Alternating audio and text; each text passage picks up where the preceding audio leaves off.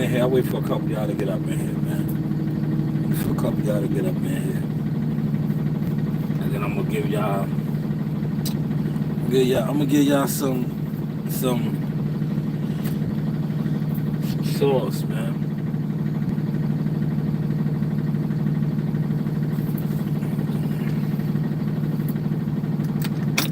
It's loud. It's too loud. All right, so I see a lot of y'all already crashing out, right? With the fact that Dmitry Bivol vacated the belt. It didn't surprise me. It didn't surprise me. And the reason why, hold on, let me use the bathroom. While I'm here at the dump site.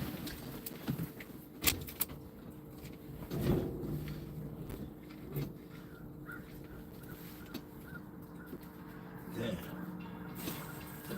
It's a lot of debris over here. I'll be right back.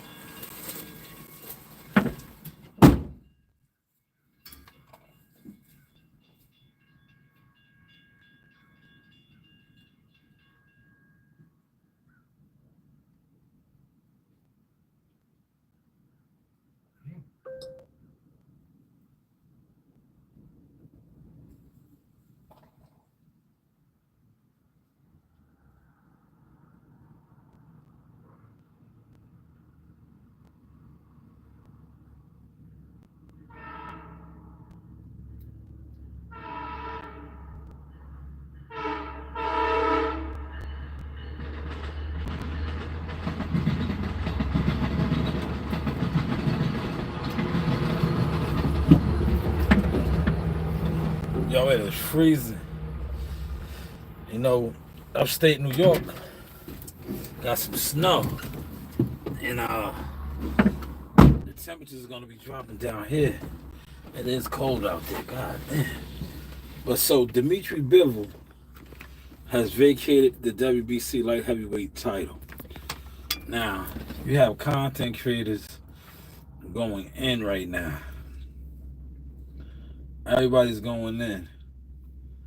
Um, everybody's going in on the fact that uh, you know,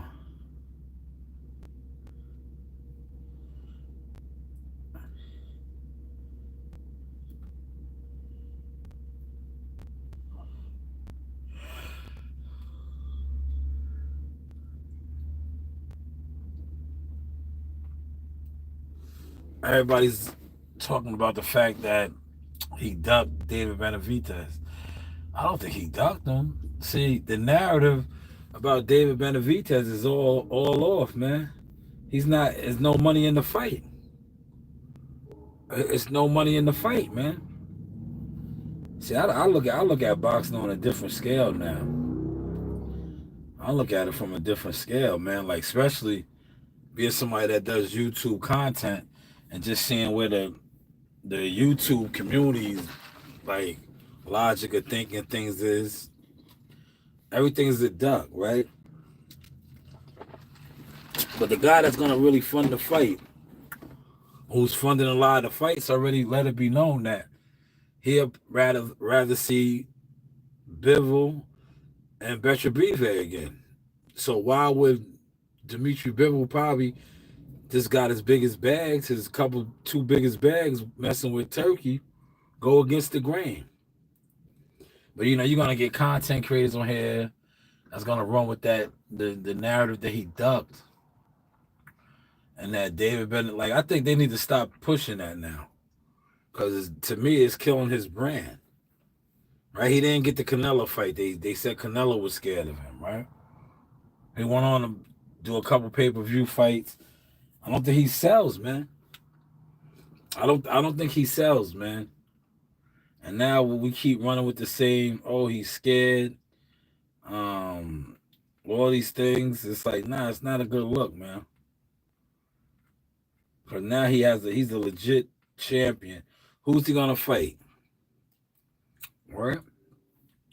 Who's he gonna fight? Somebody on the PBC side, probably mollywopped him, and then we're gonna run with the narratives on social media that he's the most ducked, avoided fighter. I think they need to get the bag up for him, or stop killing the narrative that he's this duck guy. Because this would have been a good fight for him.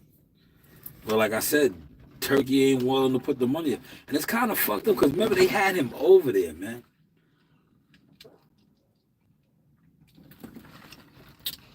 Yo, remember they had him over there? I think he was over there for that fight. So it was like they was trying to work something out, but maybe he wanted too much money, right? Because he is from the Al Heyman school. So maybe he was requiring too much money and shit. But nonetheless, man, I know a lot of fans wanted to see that fight. I did too, but the WBC has a way of just doing stupid shit, right? No disrespect, but that was stupid. Like if Bivol and Beterbiev are 1-1, why like? Oh man, I think you know it is too. They just wanted to give him the belt. Boxing is wicked, man. For all we know, that was part of the deal. So now that he has a belt, he can fight. They can make money off of him with the sanctioning fees and all of that. Man, but to me, it's like why these guys are 1-1, right? You know they're gonna do the trilogy. Why would you force him to defend the title, right? When they just had two undisputed fights. But I get it. I get it. You know, boxing is different, man. But now to see all these guys like this is what's killing the game now, because everybody's gonna make it seem like you know the Mexican monster. Nobody wants to fight him, but what they need to highlight is the reason why they don't want to fight him is low risk, high reward, high risk, low reward. Now that's the problem. You know why that's the problem? Because he's supposed to be an Al Heyman guy. Al Heyman guys are the money. Maybe they not the money. Maybe that's all smoke and mirrors, man. You know? Let me see how I'm looking, y'all. I really wanted to take a nap, man. Yeah, yesterday I kind of crashed. I didn't even go to the gym last night, man. I ain't gonna hold you. I was out of it. I did not go to the gym last night. I did not go to the gym last night. Joe Dini was hitting me up. That's why I was able to do that live stream last night for y'all. Cause I had took the illest ill power naps. And when I got up, I was like, you know what? I finished cooking. I was like, y'all might as well do a live stream. And that's what I gave y'all. Well, look, I'm gonna let y'all hear Punch Drunk. I just had him on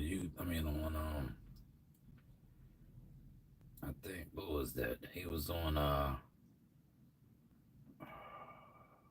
think IG. I'm gonna pull it up.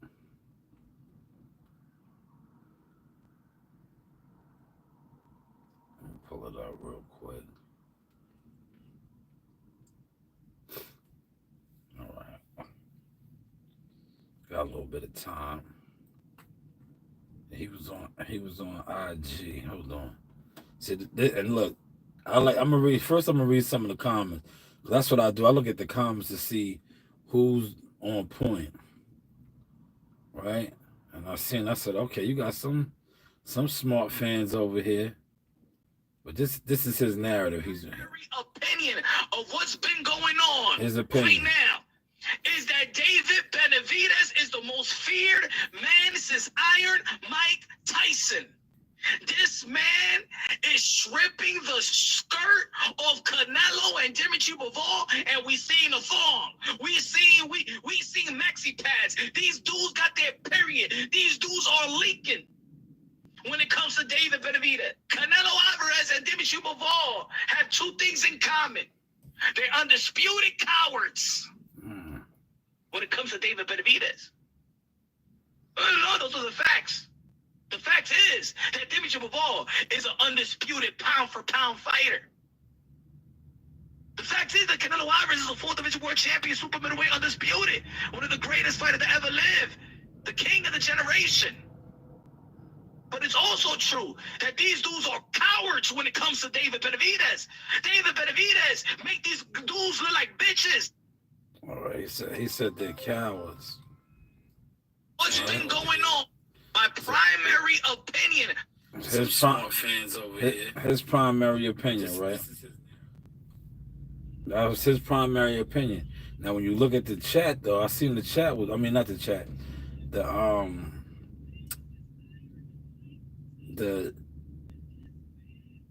comments, right? He said David is not feared at all. Bivol is literally fighting Beterbiev again, which is a much harder task than Benavidez. I just think Bivol is honoring a tiebreaker with Beterbiev. Now Canelo thinks Benavidez might beat him. If you truly believe that Canelo or Bivol are scared of Benavidez, you really don't understand the bit. That's a fact.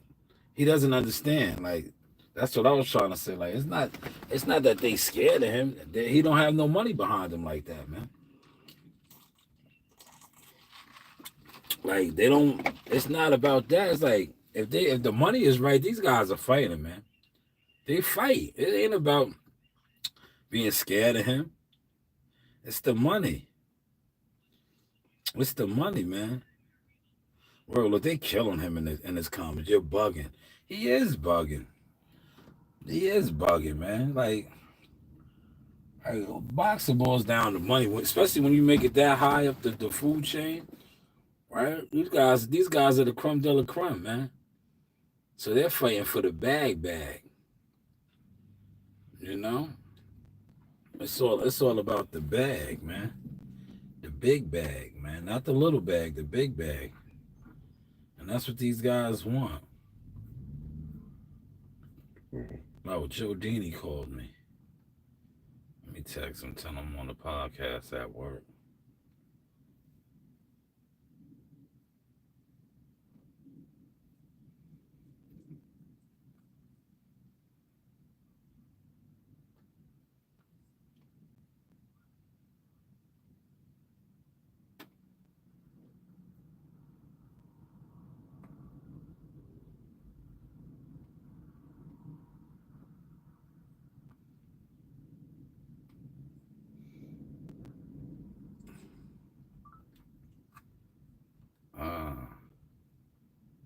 Let me call him back. Please leave your message for 610999028.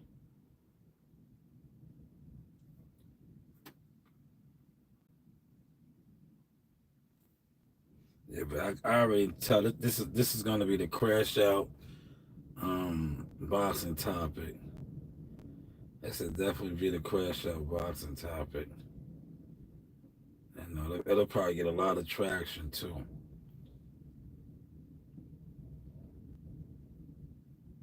It'll get a lot of traction. Because they're definitely gonna run when and say that he's scared. Which is, come on, man. Guys ain't scared. When you make it to that level, he's undisputed. It's about the money, man. That's why I said, man, the PBC Smoke and Mirror show is over, man. That shit is over, man. Like, it's over, man. We got to come with a new narrative now, because these guys aren't being ducked. Remember, everybody always said that the money was over there. If the money is right, guys are fighting, man. Guys are fighting, man. It's the money, man. It has nothing to do with the Mexican monster being fed, man. The money ain't right, man. All right? When fans start understanding that, and then learn, like, okay, you can't say that these guys are the big money guys, right? Because that's the Al Heyman guys are supposed to be the big money guy, but yet this fight ain't happening because the money ain't right. So look at my omelet I got. This is a hell of an omelet. I gotta eat this in sections, man. Now the younger me, I could have ran through this, right? This is too much now. I've been picking at this all morning. Beef bacon, beef sausage, onions and peppers, right here.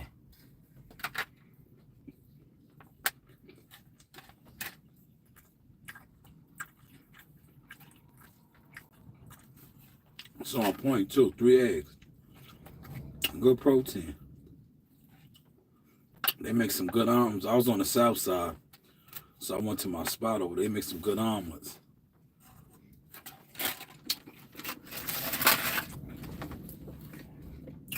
But yeah, man, the money ain't right, man. It got nothing to do with the duck. But you know, what? The YouTube boxing community, oh man. The uneducated, misinformed community that has no clue about boxing, you know, the logistics of boxing. I heard one of your favorites yesterday. Somebody sent it to me. He was breaking down what it takes to have a promotional company. He said, just go get an LLC. Man, these guys are just the worst, man. So I guess that's why YouTube boxing promotion is active, because anybody can get an LLC. So that makes you a boxing promoter. You go get a LLC, right? Like I had Jackal Fitness LLC. So did that make me a boxing promoter? I was into boxing. I could have said I was a promoter, right? Because I got an LLC.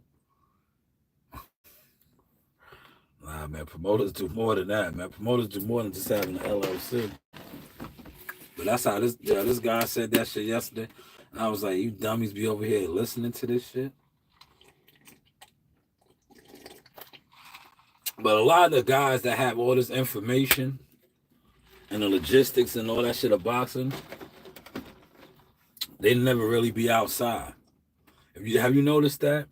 All these guys that do these long live streams and know all of this stuff about boxing, you very rarely seldomly see them doing anything really outside in boxing. They're mostly indoors in front of a green screen, making P files, thumbnails. They spend more time setting up live streams than you do see them really doing anything in boxing. These are facts. But that's the community. That's the YouTube community. That's why I just be like, I watch it. I'll be like, oh man. Like this one right here is people are gonna run with it. That Bivol ducked him. No, Bivol's about to get crazy money fighting Arthur again, man. I'm pretty sure if they would have gave him the same check that they would give him to fight Arthur, he would have fought Benavidez, but the check ain't the same. The check ain't the same. But Turkey already told us that, though, man. Excuse me. He already told us that, man. Yeah, I'm gonna premiere my other video later, man. Yeah, I don't know how. Well, I get it though. You guys, a lot of you guys ain't got shit going on, right? When you just all you do is just live stream all day, you probably have a lot of energy. Yo, yesterday I hit the wall, man. I didn't even want to do a live, man. Like I still got to do the most three. Yo, shout out to my guy right here, man. Let me see if he's on right now. That's who I usually watch at lunchtime. I ain't really been messing with a lot of you boxing dudes. I did watch the Boxing Boys. They had Tiger Johnson's coach on there. See, didn't I say they was grooming Tiger for Brian Norman Jr.? Right? I wonder if the father's gonna address that. He's so fixated up with Boots. Boots, this you better pay attention to what they're trying to groom to come after you, man. So you focused on Boots. They got a youngin that just moved up, and I told WCS this shit. I was like, yo, they lining Tiger for what's the name? For Brian Norman Jr. I caught that early. I was like, damn, he's at 147 now. But they had his coach, and Ness asked the question that I heard already about. Let's see. Hopefully he didn't put it in. Hopefully they didn't put this in good members only. Members to go and ask him a question. Hobbs, number 12, but that might be difficult. You back? Here it goes right here. Watch. No. It's all good if you can't do it. We'll just. I gotta get back in motion, y'all. But I just want him to hear it. Man, I put the what's name lock off. I don't know. Oh, there it goes. There you go. Perfect. So you were saying? I feel like once he get hold on, let me bring it back. What up, Coach? How do you feel about Brian Norman in that style and matching him up against your? I had this information. What up, Coach? That's my man WCF. Pay attention. But hey, what do I? Good morning. So you in LA, man? Did you make the move from Ohio to LA, or this is just after the fight? No, this is just after the fight. Just give me some chill time. Okay, I see you officially changed that bio to Coach Prentice Brewer. When that happened? I don't know, man. I don't know. I just be doing shit.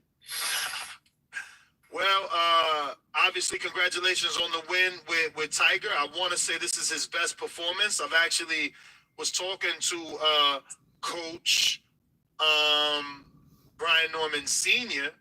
because Little Birdie tells me. Yeah, look, a Little Birdie told him. Tiger Johnson and Brian Norman I heard that on too. Top Rank. I didn't think that was something they would do so soon. How do you feel about Brian Norman in that style and matching him up against your? I told you what they was doing. Say, but what do I know? You know, right now I just need Tiger to get, just to get acclimated to 147. That's smart. A couple more fights, let him get stronger around the weight class, sharpen up on a couple more things. But soon I feel like he'd be able to fight anybody in the division. You know? Right now, I don't think he's ready for Brian Norman. Brian Norman has been campaigning at that weight now. Because remember, he was a 142.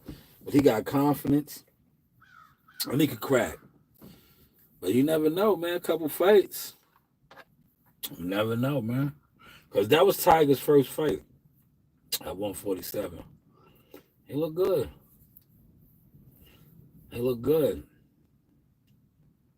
Now, if some of you guys get Brian Norman Sr. on, he needs to address that, man. Instead of worrying about boots and all this other shit, man, you better pay attention to your backyard, man.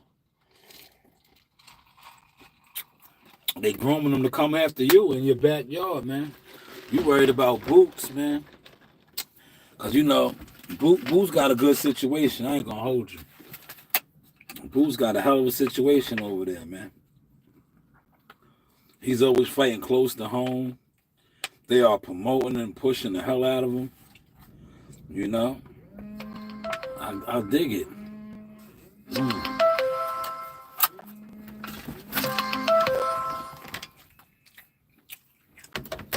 dig it.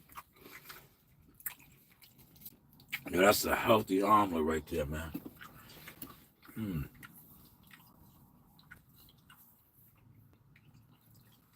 But I'm about to get back to my motion. Yo, look, it's a ghost in here. Look, I'm gonna show y'all. I tell you, when they be like, "Ghost ride the whip," look, Ghost ride the whip. Look, Ghost ride the whip. Ghost ride the whip. Ghost ride the whip. Ghost ride the whip. Look, show you. Look, see, it's a ghost in here, man. That's why I grabbed that can to show you that there's a ghost in here, man. You know, AI is real, man. Artificial intelligence is real. Hopefully, y'all caught that source, man. I'm about to put it on autopilot. Let them take care of the rest of the day for me, man. You know, you do have options, but yeah, probably about 4:30, 5-ish, I'll premiere this video. How's the content looking now, man? Yo, where's my man? Did you set up your fake account again, James? Huh? To come back over here and talk shit? Only coattail I'm riding is right here. It's the only coattail, man. Media, marketing, management, Mr. 10%. But for you, James, and others like you in the shadow, it's 25%. I need a quarter, man. You know? I should have took 30, but I'll take a quarter from you. But hey, what do I know?